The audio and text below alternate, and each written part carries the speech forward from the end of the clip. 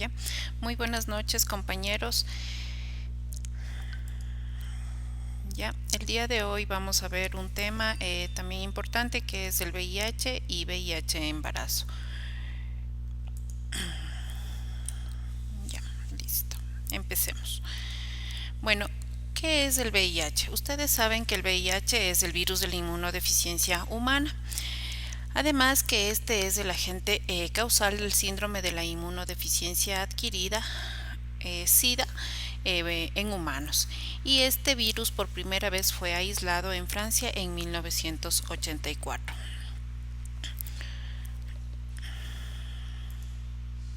Entonces, ¿cuál es la historia natural del virus de la infección por VIH?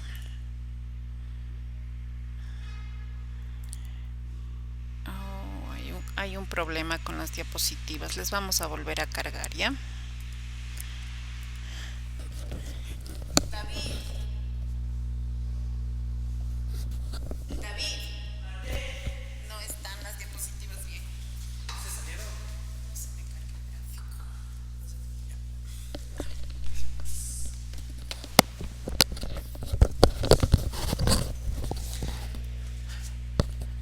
Les voy a volver a cargar las diapositivas porque no han salido bien. Por favor. Esperan un ratito, unos 20 segunditos.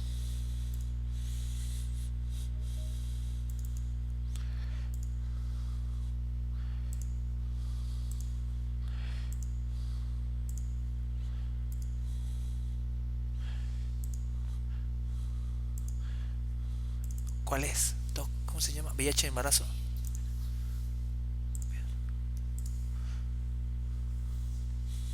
En este momento estoy procediendo a cargarles bien las diapositivas, por favor, porque no han salido los gráficos.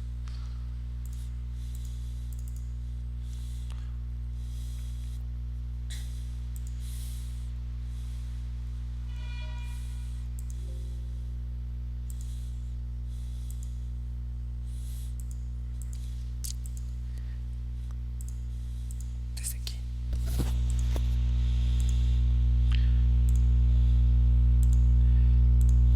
Desde aquí, ¿verdad? No me dé problema. Ya, este sí quedó bien. Ay, yo pensé que se cerró. Le juro que pensé que se cerró la transmisión. Pero no pasó nada.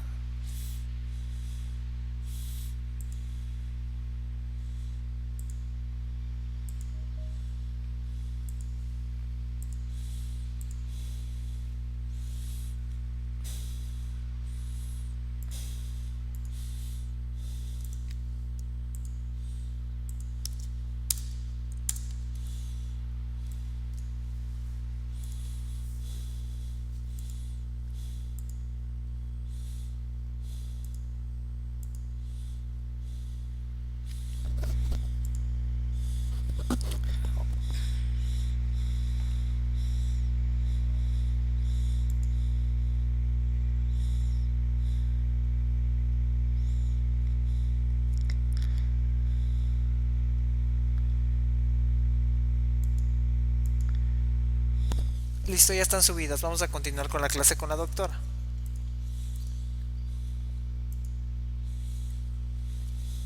Por favor.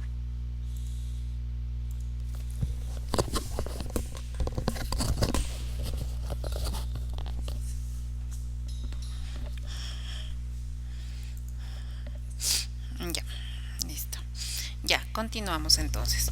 Habíamos dicho que la historia natural de la infección por el VIH está dado por tres etapas, ¿no? Una infección primaria, una latencia clínica y una fase sintomática. Entonces, en la infección primaria, que es también conocido como un síndrome retroviral agudo, en esta etapa se va a producir entre 2 a 3 semanas de ingresado el virus al organismo. ¿Ya? Entonces la mayor parte de las veces va a pasar por desapercibido esta primoinfección, que así se la denomina.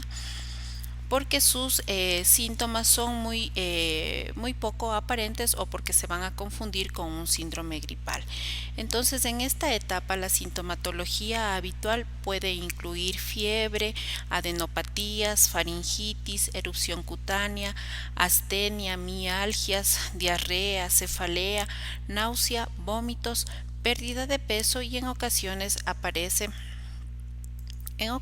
puede aparecer infecciones oportunistas como candidiasis oral o complicaciones neurológicas, que estas van a ser provocadas por el mismo virus del VIH. Entonces, ¿qué es lo que aquí se caracteriza? Se caracteriza en que hay una elevación de la viremia, representada con esta línea roja, ¿no? Entonces hay una elevación de la viremia. Los linfocitos CD4 empiezan a disminuir, ¿ya? Y los anticuerpos empiezan a elevarse. Luego de esta etapa viene la etapa de la latencia clínica o asintomático. En este periodo, antes de la latencia también hay un periodo de ventana inmunológico. Este periodo de ventana puede durar entre 15 días a 6 meses y en el 97% de los casos los anticuerpos van a ser detectados a los 3 meses.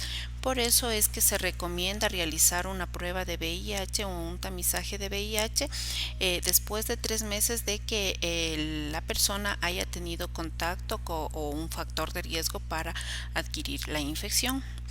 Luego de esto sí viene el periodo de latencia clínica o asintomático. Durante esta fase, que más o menos tiene una duración media de 8 años, ¿sí? Una duración media de 8 años, se produce aquí ya el deterioro progresivo del sistema inmunológico, cuya expresión más específica va a estar dado por la reducción paulatina de los linfocitos, como ustedes pueden observar aquí, ¿sí? Mientras que la viremia ha descendido totalmente, por eso es que esta etapa es asintomática y ya los anticuerpos prácticamente forman una meseta, ¿no? Se estabilizan ya los valores, los anticuerpos. Posterior a esta etapa viene la etapa o la fase sintomática, ¿sí? Que aquí prácticamente es en donde las infecciones oportunistas empiezan a hacer de las suyas. Y se caracteriza, ¿por qué? Porque hay un recuento de los linfocitos CD4 que están por debajo de los 200 milímetros cúbicos. Aquí empieza a aumentar nuevamente la viremia, o sea, se caracteriza por un aumento de la tasa de replicación viral y haciendo que obviamente desciendan los linfocitos T. Y aquí es cuando las infecciones oportunistas empiezan a atacar, como por ejemplo tuberculosis, toxoplasmosis, candidiasis esofágica o también algunos tumores. También estos pacientitos empiezan a presentar caquexia y algunas complicaciones neurológicas que prácticamente esta sintomatología o estas enfermedades van a definir ya esta fase, ¿no? Como el SIDA. Viéndolo más gráficamente, ¿cómo es la evolución entonces de la infección por el VIH? Entonces, antes de la infección por el VIH, ustedes ven que los linfocitos CD4 están normalmente, ¿no es cierto?, en nuestro cuerpo, quienes son los encargados de defendernos contra las infecciones. Una vez que la persona o el paciente se pone en contacto con el virus o adquiere el virus del VIH, se da lo que habíamos dicho, la infección aguda por el VIH, y es en donde los linfocitos, como habíamos dicho, empiezan a descender y los virus del VIH o la viremia empieza a aumentar, que esto va a durarse entre semanas a meses, ¿no? Luego se viene la etapa de latencia o la infección crónica por el VIH. Entonces, si no se hace una detección oportuna, los linfocitos empezarán a disminuir paulatinamente durante 8 años aproximadamente que habíamos dicho que dura esta etapa, y el virus del VIH empieza a aumentar progresivamente hasta que se da la etapa del SIDA, ¿sí? En donde los linfocitos CD4 se encuentran prácticamente por menos de 200 milímetros cúbicos y la viremia muy elevada. Y aquí es cuando empiezan a propagarse o a darse las infecciones oportunistas. Ahora, en cuanto a la transmisión, bueno, el VIH se encuentra en todos los fluidos corporales, es así que está en la sangre, en el semen, en fluidos vaginales, en la leche materna y todos los líquidos del cuerpo, como el líquido cefalorraquídeo, el líquido pleural, el líquido peritoneal, el líquido pericárdico, en el líquido amniótico y en el líquido sinovial. ¿Cuáles son las vías de transmisión del virus del VIH?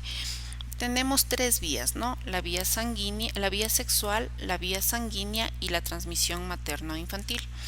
La vía sexual, aquí el virus puede ingresar al organismo a través del contacto sexual, ¿no?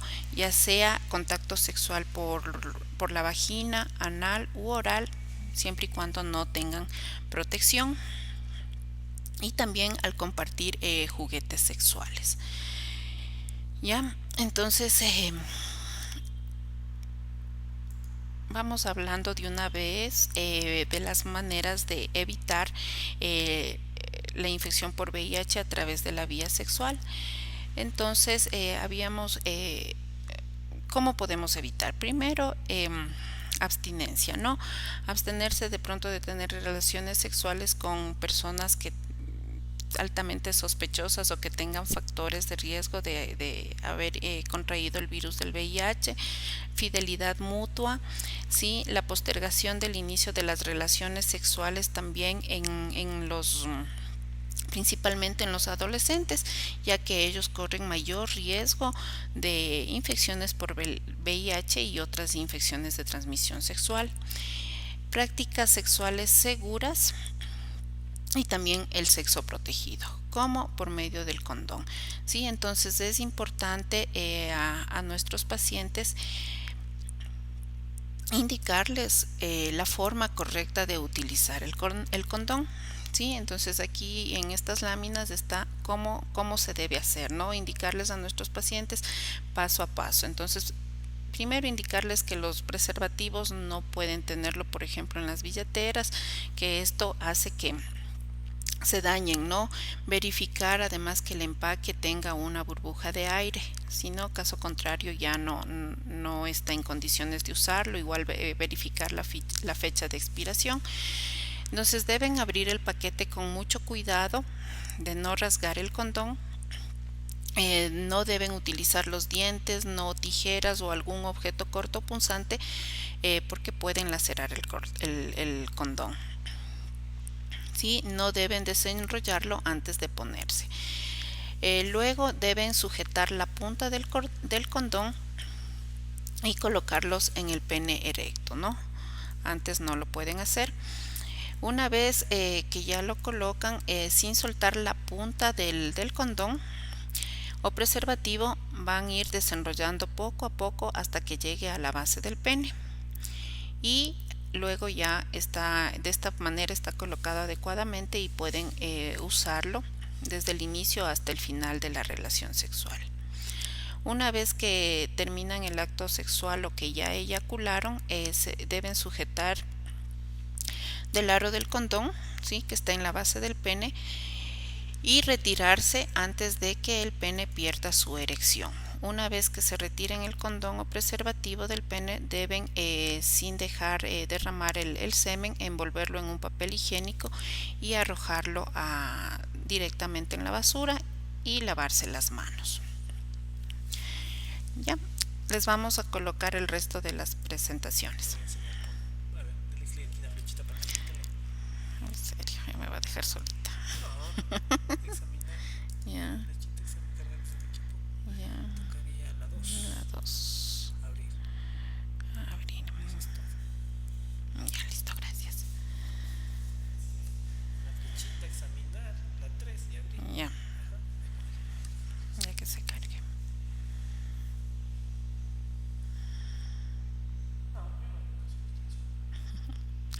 Ya, la, ot- ay, la otra vía de transmisión habíamos dicho que es la vía sanguínea. Y esta puede ser por recibir sangre o hemoderivados infectados o al compartir agujas, como por ejemplo en los tatuajes, o jeringuillas o por accidentes laborales relacionados con la manipulación de objetos serológicos, que esto puede ser común en nuestro campo, ¿no? Entonces, ¿cómo evitamos esta vía de transmisión? Obviamente verificando o cerciorándonos de que la sangre que vamos a recibir o que vamos a poner a un paciente sea segura, ¿no? Evitar compartir agujas para de igual manera evitar tener o contraer esta infección. La otra vía habíamos dicho que es la vía de transmisión materno-infantil.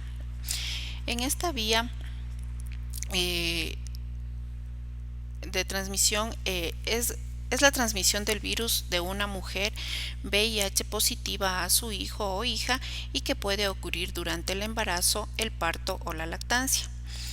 Entonces, una mujer que esté embarazada con VIH y sin tratamiento antirretroviral obviamente va a tener mayor probabilidad de transmitir el virus a su niño, ¿no?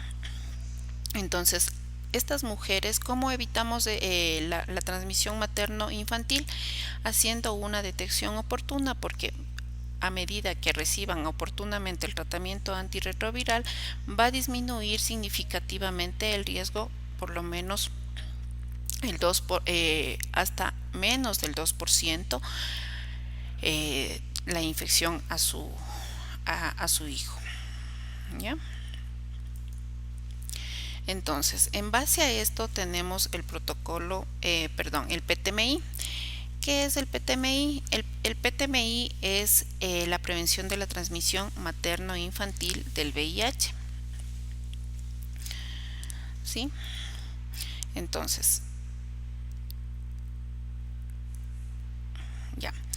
Dentro del PTMI hablamos cuáles son las vías de transmisión en materno-infantil, que pueden ser tres, ¿no? Durante el embarazo, es decir, intrauterino, durante el parto o intraparto y posterior al parto o posparto.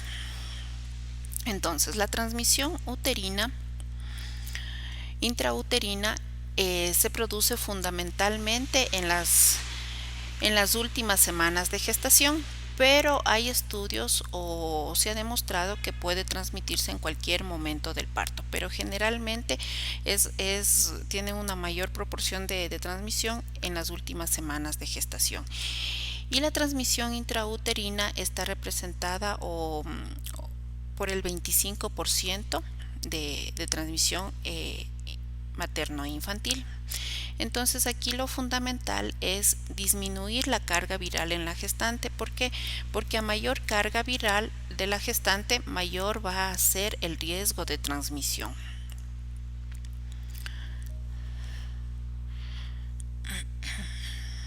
Ya.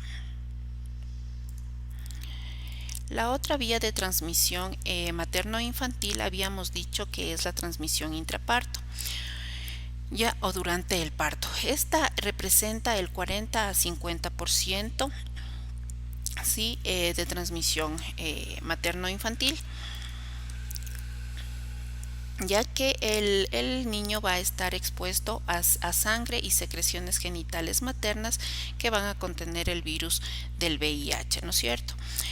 Entonces, esta transmisión también puede darse a través de las microtransfusiones sanguíneas debido a las contracciones uterinas o por ascenso del virus a través de la vagina y del cérvix. Y también en el caso de rupturas prematuras ruptura prematura de membranas a través del tracto digestivo del niño. ¿Ya? Entonces, la ruptura prematura de membranas se ha asociado con el incremento del riesgo de transmisión, siendo significativo esto a partir de las 4 horas de ruptura de prematura de membranas, y que esto va aumentando un 2% con cada hora que va pasando. También se ha demostrado que la carga viral menor a 1000 copias logra una reducción considerable en la tasa de la transmisión materno-infantil.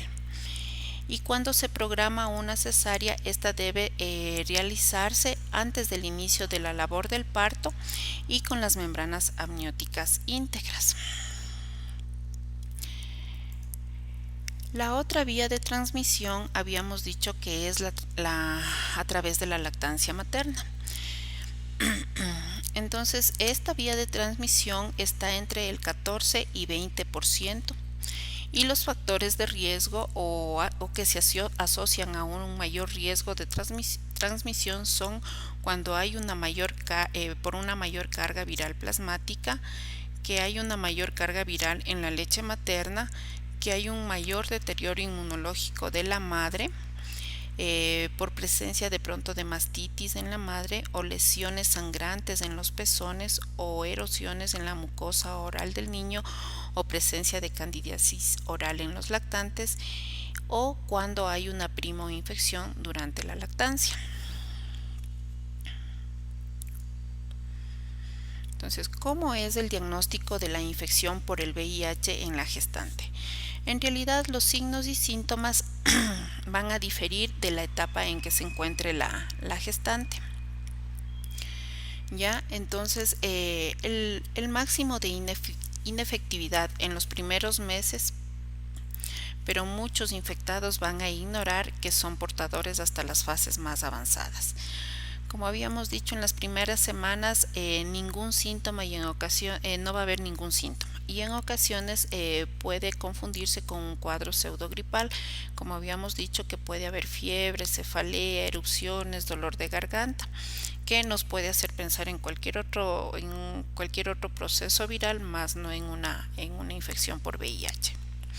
Posteriormente puede aparecer inflamación de ganglios linfáticos, pérdida de peso, fiebre, diarrea y tos.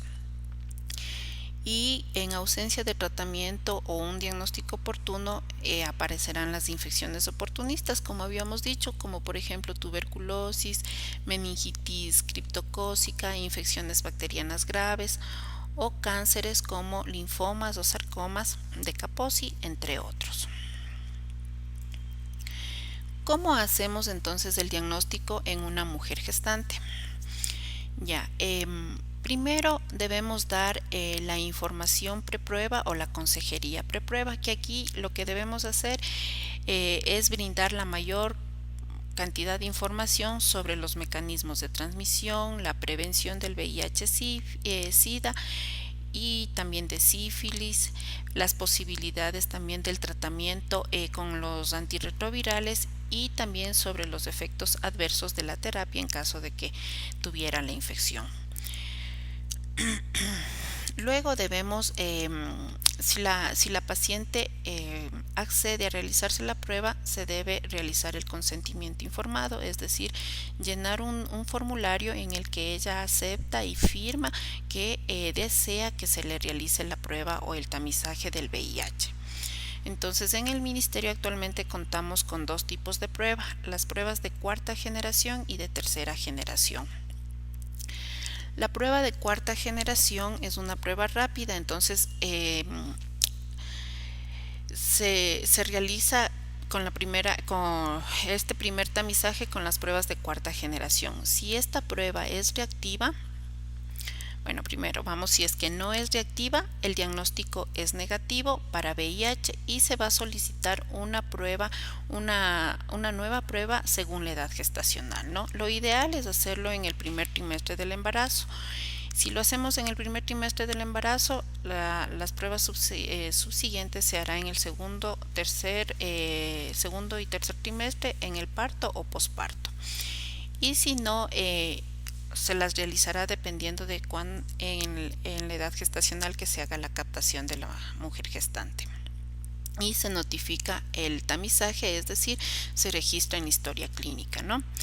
Si es una prueba reactiva, hacemos una segunda prueba que es con las pruebas de tercera generación. Si en esta prueba la prueba es no reactiva, el resultado se denomina indeterminado o no concluyente. y lo que se procede es a referir a la paciente a las unidades de atención integral que se encuentran generalmente en los hospitales de segundo nivel o generales, ¿sí? Para que se inicie la prevención de la transmisión materno-infantil de acuerdo a la edad gestacional. Ya, una vez que se hace la referencia a estas unidades de atención integral, ahí van a realizar una tercera prueba que es la carga viral. Y si la carga viral es detectable, el diagnóstico es positivo y empezamos tratamiento de acuerdo al protocolo del PTMI.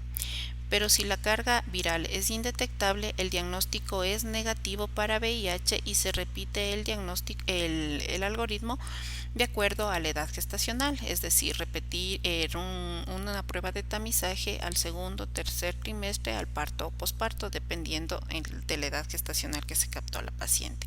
Y obviamente todo esto debe registrarse en la historia clínica.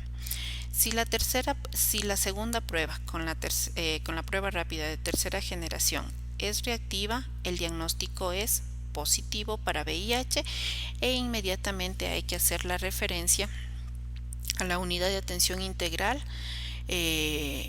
para que se inicie con el protocolo del PTMI. ¿Sí? Entonces, de esta manera hacemos el diagnóstico en las mujeres gestantes.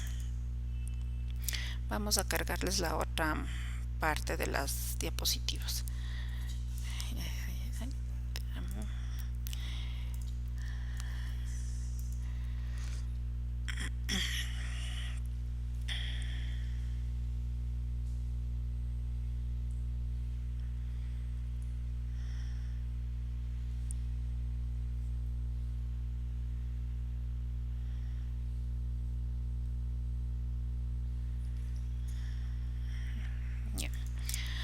Entonces, ¿cuál es el manejo de la infección por el VIH? Ya, primero debemos seleccionar un efectivo y seguro método anticonceptivo para reducir embarazos no deseados o embarazos futuros. Luego se debe dar consejería sobre prácticas sexuales seguras e iniciar el tratamiento antirretroviral para lograr cargas virales indetectables, que esto es la mejor manera de prevenir la transmisión en parejas cero discordantes, que ya luego vamos a ver qué es una pareja cero discordante. Entonces, siguiendo con la estrategia de la norma del PTMI, se puede reducir a 0 o al 2% la infección materno-infantil. Entonces, siguiendo estas estrategias, como son un control prenatal adecuado, un tratamiento oportuno con los antirretrovirales, una cesárea programada en los casos que amerite, es decir, cuando la carga viral sea menor a 1000 copias, en tratamiento antirretroviral que se puede recomendar parto vaginal. Se recomienda también no lactancia materna, hacer profilaxis del recién nacido con antirretrovirales y la alimentación del niño que será con leche de fórmula.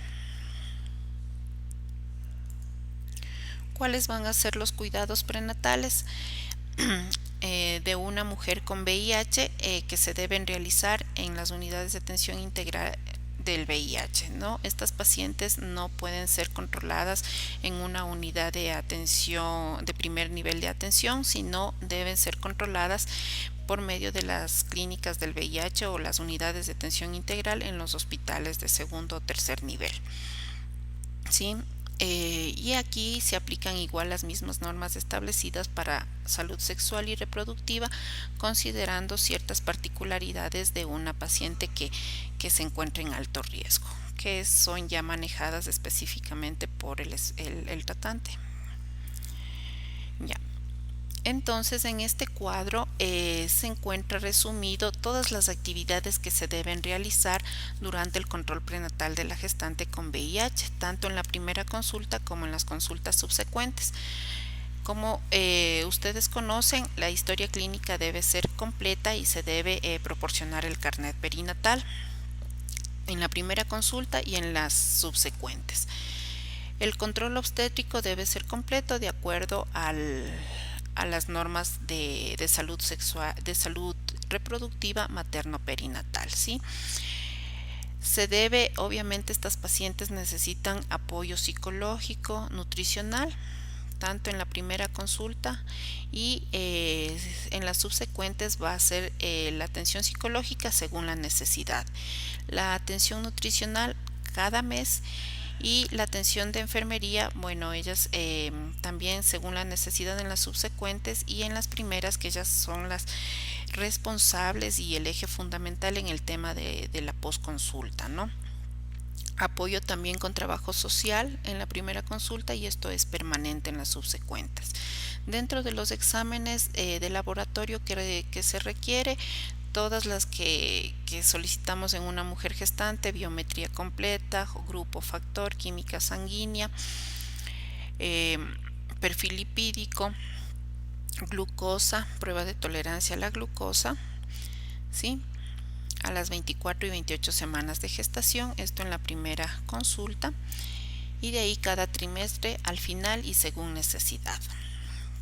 Pruebas rápidas de sífilis o VDRL en la primera consulta de igual manera y subsecuentes en el primero, segundo y tercer trimestre y en el parto. Hay que hacer las pruebas de genotipo, bueno, esto no está indicado, no tenemos aquí en el país. Se recomienda también hacer Papa Nicolau y colposcopía cada 6 meses. Fresco y grado de secreción vaginal en la primera consulta, al principio y al final del embarazo. Lo que es IgG, IgM para toxoplasmosis, citomegalovirus, ¿sí? Hepatitis C, rubiola, esto en la primera consulta y subsecuentes lo que son los antígenos de superficie para hepatitis B, hepatitis C, que se deberán solicitar en el tercer trimestre si es negativo en el primer control. Coproparasitarios, determinación de los linfocitos CD4, esto en la primera consulta y de ahí 3 meses, luego de 3 meses de que se ha iniciado el tratamiento. También carga viral, esto lo realizan en la primera consulta y de ahí a las 4 y 12 semanas luego de que se inició el tratamiento antirretroviral. Un examen elemental y microscópico de orina en la primera consulta y de ahí cada trimestre, cultivo de orina, una ultrasonografía obstétrica a las 12 semanas y a las 20 y a las 36 semanas y referencia a oftalmología si se encuentran los CD4 menos de 100 copias, ¿no? Y esto es mensual. Y también la valoración por odontología en la primera consulta y a las 32 semanas. Entonces, hablábamos hace un rato de las parejas serodiscordantes. ¿Qué es una pareja serodiscordante? Es cuando uno de los integrantes de la pareja presenta una serología negativa para VIH y el otro positiva. En estos casos, ¿qué es lo que se recomienda? Sí, se recomienda hacer profilaxis preexposición, que esta debe ser ofertada como prevención adicional a las estrategias habituales de asesoramiento y énfasis en el uso de preservativo a personas en alto riesgo de infección por VIH.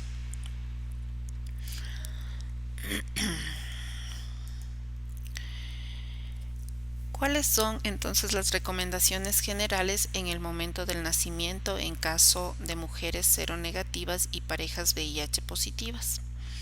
¿Sí? Entonces una mujer con serología negativa que tiene un embarazo bien controlado y con un seguimiento totalmente documentado, pero su pareja tiene una carga viral indetectable de forma mantenida durante todo el embarazo, ¿cuál es la conducta con respecto al recién nacido?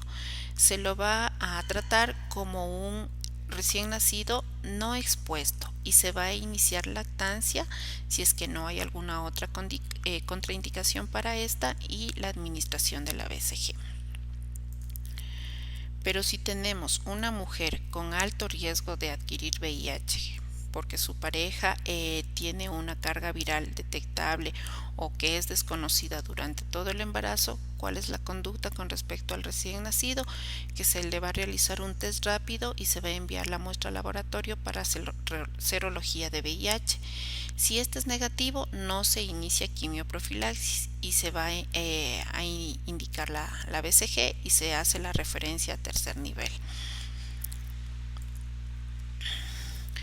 Tenemos algunas situaciones con respecto al inicio del tratamiento antirretroviral, que está dado por estas tres situaciones. Mujeres con VIH sin tratamiento antirretroviral que consulta en etapas tempranas de su embarazo.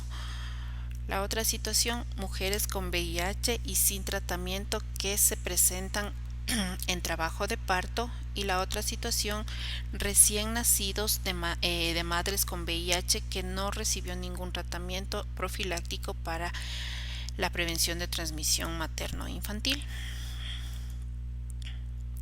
Entonces vamos con la primera situación. Mujeres con VIH sin tratamiento antirretroviral que van a consultar en etapas tempranas de su embarazo. ¿Qué es lo que se recomienda aquí? Desde el momento del diagnóstico y se va a continuar indefinidamente y se va a administrar profilaxis al lactante, ¿sí? A menos que tengan efectos adversos. ¿Cuál es el objetivo de iniciar el tratamiento inmediatamente? Que haya una disminución de la carga viral y que ésta se mantenga indetectable durante todo el embarazo. Una vez que cumplimos con este objetivo de que se mantenga indetectable, estamos impidiendo la transmisión del virus al feto, se va a preservar la salud de la madre y del hijo y vamos a evitar resistencias a los antirretrovirales. Vamos a cargarles la otra parte. Usted viene justo, tiene medido.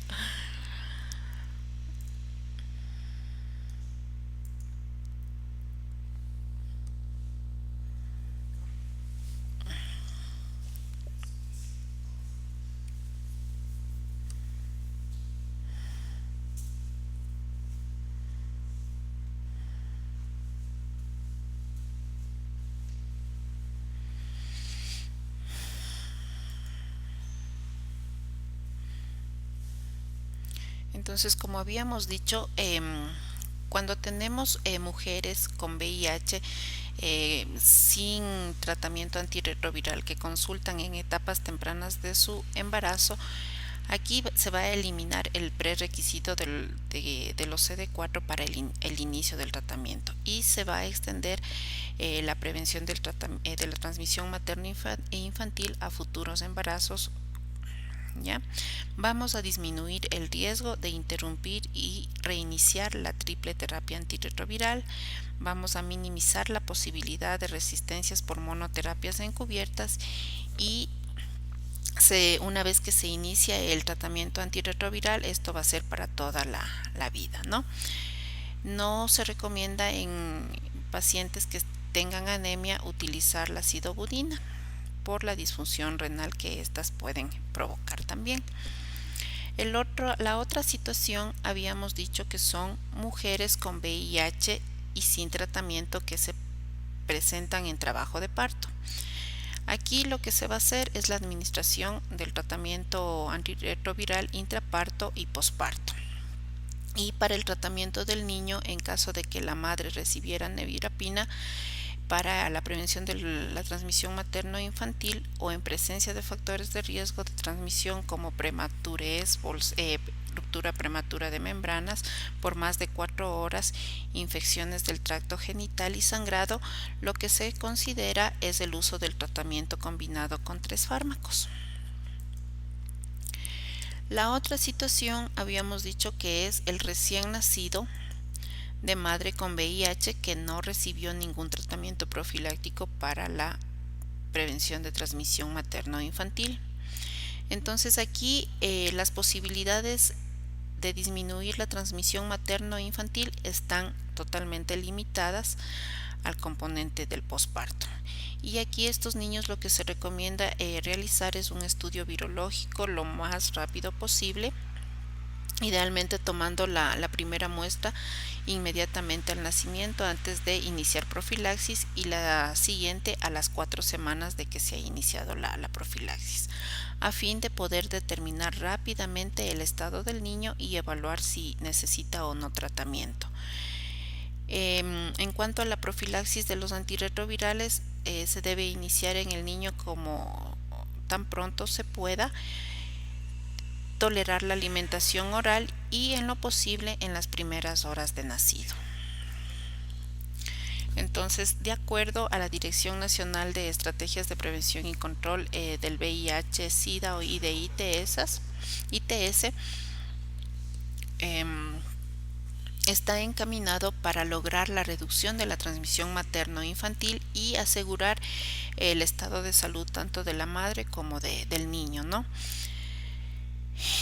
Deben recibir el tratamiento antirretroviral independientemente del estado clínico, inmunológico o virológico. Entonces, para la madre, durante la gestación, el esquema de primera línea es el que se encuentra aquí, ¿no? Tenofovir, entricitabina y efavirenz. Y la presentación de estos medicamentos es de 300, 200 y 600 miligramos. El esquema alternativo puede ser sidobudina, lamivudina más efavirenz, o sidobudina, lamivudina y nevirapina, o la sidobudina más la lamivudina y la lopinavir, iritonavir. Todo este manejo de los antirretrovirales se lo va a dar en las unidades de atención integral o en las clínicas de VIH, como les había dicho en un inicio.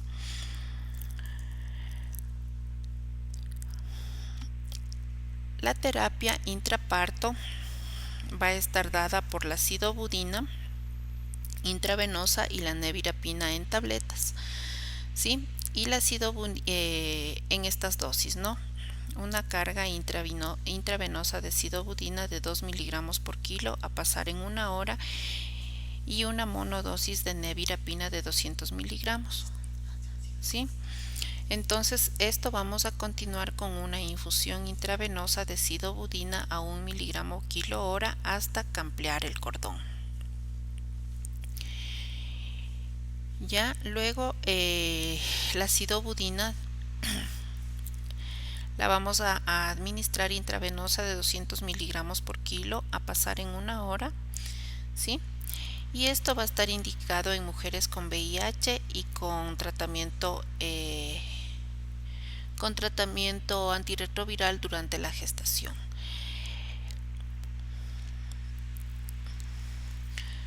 Sí, otro esquema es la sidobudina en tabletas de 300 miligramos cada 3 horas, ¿no? Por 12 horas previo a la cesárea o al inicio del trabajo de parto, y esto está indicado cuando no se dispone de sidobudina intravenoso. El esquema en el posparto de primera línea es el tenofovir, la entricitabina y el efavirenz, ¿sí? Que esto se va a dar ya indefinidamente.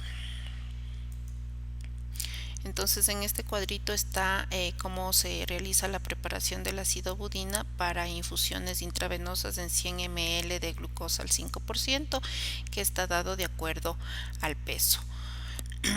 Y que esto se debe administrar en la primera hora a dosis de 2 miligramos por kilo y luego para el mantenimiento a 1 miligramo por kilo peso.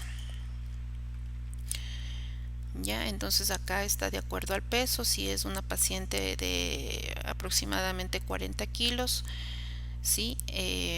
La sidobudina 8 ml a 36 gotas por minuto. Si es una paciente de 50 kilos, 10 ml, que es 37 gotas por minuto.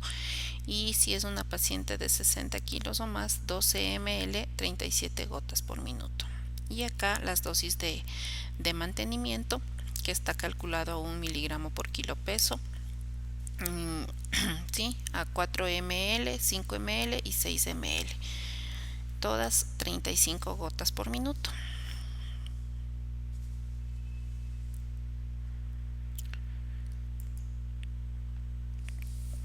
Luego tenemos las recomendaciones para terminar el embarazo en mujeres con VIH. Entonces, puede recomendarse el parto vaginal o parto por cesárea. Dentro de las recomendaciones para un parto vaginal debe cumplir algunas de ellas, ¿no? Primero, que la evaluación obstétrica sea exhaustiva y más que nada que la carga viral se encuentre menos de 1000 copias a partir de las 34 semanas de gestación. Que se administre sidobudina por vía intravenosa desde el inicio del trabajo de parto hasta el campleo del cordón umbilical. Que se haga la ligadura del cordón umbilical sin ordeño, porque esto deberá hacerse inmediatamente después de la expulsión del recién nacido. Se debe monitorear el trabajo de parto cuidadosamente, evitando tactos repetidos. También otras recomendaciones para el parto vaginal es que evitar que las parturientes permanezcan con la bolsa rota por más de 4 horas o en trabajo de parto prolongado. ¿Sí? Siempre que sea posible mantener la bolsa de agua íntegra hasta el periodo expulsivo. Y se recomienda la utilización profiláctica antibiótica con cefazolina o cefalotina de 2 gramos en dosis única en situaciones de manipulación vaginal excesiva o que haya tenido un trabajo de parto prolongado con rotura de membranas por más de 6 horas. ¿Cuándo se recomienda en cambio realizar una cesárea? Cuando la carga viral es más de 1000 copias a las 34 semanas o es desconocida la carga viral. Considerar también que la carga viral desconocida es aquella que ha sido medida antes de las 34 semanas. Si se programa la cesárea, esta debe realizarse entre las 37 y 38 semanas. Se debe evitar el nacimiento de niños prematuros.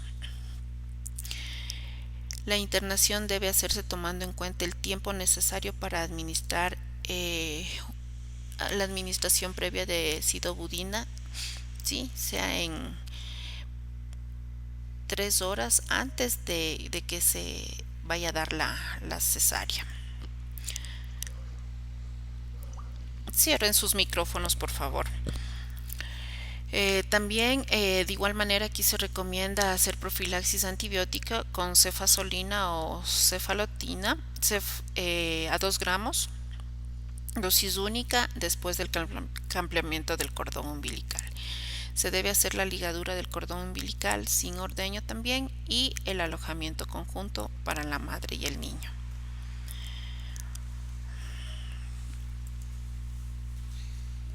Déjame viendo porque están abiertos los micrófonos.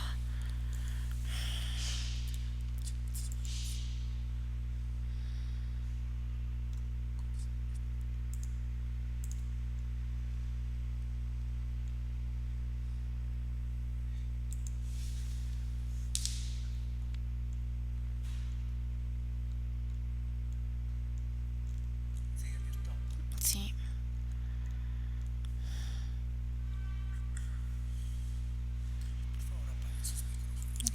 Por favor, apaguen sus micrófonos. Ya sigamos.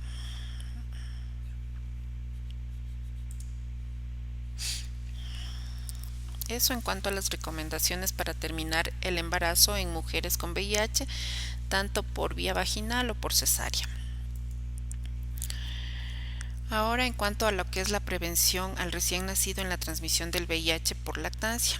Entonces, habíamos dicho en un inicio que la presencia del virus en la leche materna es alto, ¿no? Entonces se considera como un alto porcentaje también para la transmisión en las primeras semanas de vida, y esto también está dado de acuerdo a la carga viral materna. A mayor carga viral materna, mayor es el porcentaje de infección. Entonces debemos evitar la lactancia materna, y aquí lo que se usa son los sucedáneos de leche materna en las consultas de control mensual de los niños expuestos, ¿no? Y también estos niños van a ser obviamente tratados en las clínicas del VIH-Sida. En el Ministerio de Salud contamos en todas las unidades en donde se atienden partos con los kits profilácticos de emergencia. Que estos kits van a estar, son dos, ¿no? Uno para la madre y uno para el niño. Y el kit para la madre está compuesto por sidobudina en ampollas de 200 miligramos en 20 ml, y la nevirapina tabletas de 200 miligramos vía oral para la administración que ya indicamos anteriormente. Y el kit para el neonato, que es la sidobudina en suspensión de 50 miligramos por 5 ml, que esto se va a administrar a todos los expuestos perinatales a partir de las 6 a 8 horas de nacidos, a dosis de 4 miligramos por kilo cada 12 horas por 4 semanas. Y si la madre recibió tratamiento antirretroviral menos de 4 semanas, en el embarazo se va a prolongar la profilaxis hasta las 6 semanas. Y las fórmulas y el otro componente del kit son las fórmulas lácteas en etapa 1, que es para administrar igualmente todos los expuestos perinatales, porque aquí está, como habíamos dicho, contraindicado la lactancia materna. Eso es todo en cuanto a un resumen así de lo que es el PTMI y VIH. No sé si tienen alguna inquietud.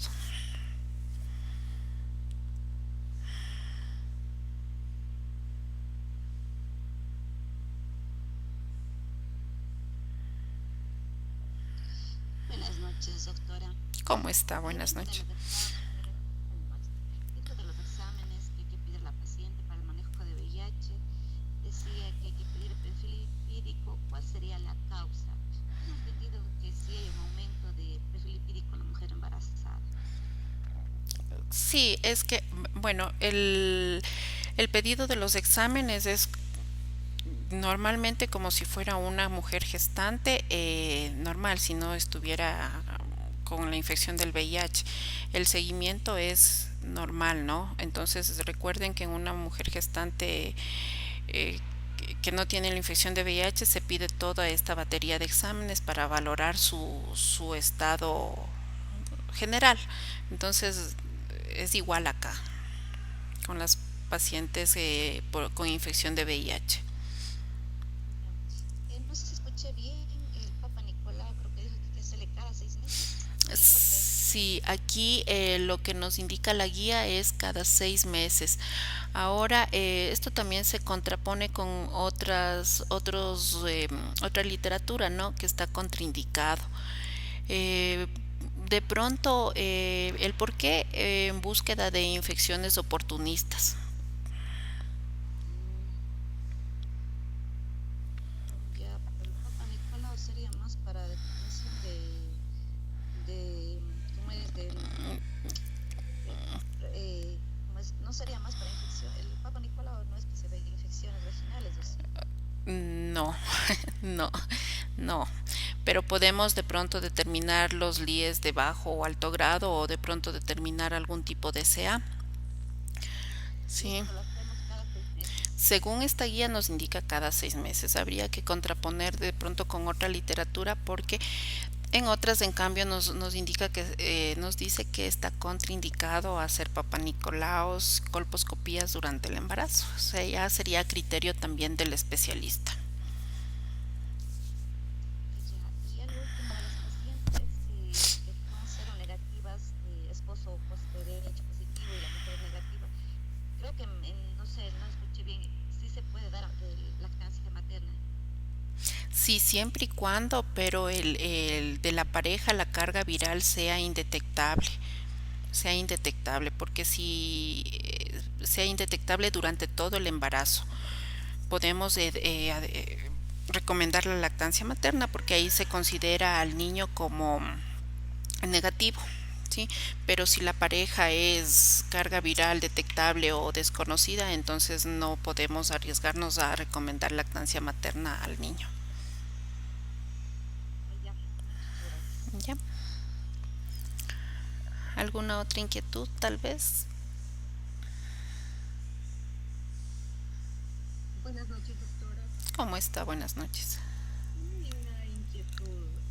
En una literatura hace un tiempo atrás, en los defensores de la lactancia materna, Ujú, manifiestan que a pesar de que la mujer sea portadora del virus VIH y valorando el riesgo de transmitirle a su niño, ujú. es posible que debe lactar a que el niño esté desnutrido. ¿Qué le parece esta situación?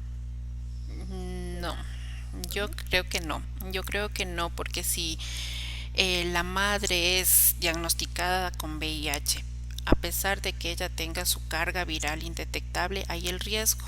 Sí, hay el riesgo y más que nada también conocer desde qué etapa del embarazo ella tenía su carga viral indetectable. Sí, porque si decimos que la carga viral está indetectable posterior a las 34 semanas, yo no me puedo arriesgar a darle o a recomendar lactancia materna al niño porque puede haber entre un 14 a un 20% de probabilidades de que el niño igual se infecte por el virus del VIH. Entonces, preferible en madres que son diagnosticadas de VIH, la recomendación es no lactancia materna, sino utilizar los sucedáneos. Gracias. Gracias también. ¿Alguna otra inquietud?